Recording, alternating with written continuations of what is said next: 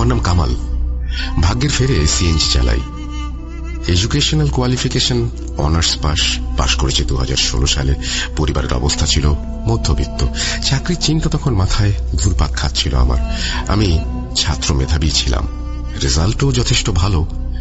আমার বাবা একজন সরকারি চাকরিজীবী ছিলেন। উনি মারা যান 2015 সালে। আব্বু মারা যাওয়ার আগে ওনার মাঝে আমি ও আমার পরিবার কিছু পরিবর্তন লক্ষ্য করি। আমার আব্বু রাতে ঘুমোতেন না, বারান্দায় গিয়ে একটু পরপর সিগারেট খেতেন। এমন রাত গেছে যে উনি 1 ঘন্টায় 10টারও বেশি সিগারেট খেয়েছেন। আম্মু আর আমরা ওনাকে অনেক বুঝিয়েছি, কিন্তু লাভ হয়নি। এরকম সিগারেটের নেশা যেন কারো কোনোদিন না থাকে। উনি যেন ক্ষুধার্ত জন্তুর মতো সিগারেট খেতেন। 1 মিনিট লাগতো না একটা সিগারেট শেষ করতে। এই জলপরি তার বাচ্চাকে একটা ঝুড়িতে রেখে সেখান থেকে চলে যায়। সে একটা জাহাজের কাছে যায়। সে মাছওয়ালার দিকে তাকিয়ে হাসিমুখে হাত নাড়ায়।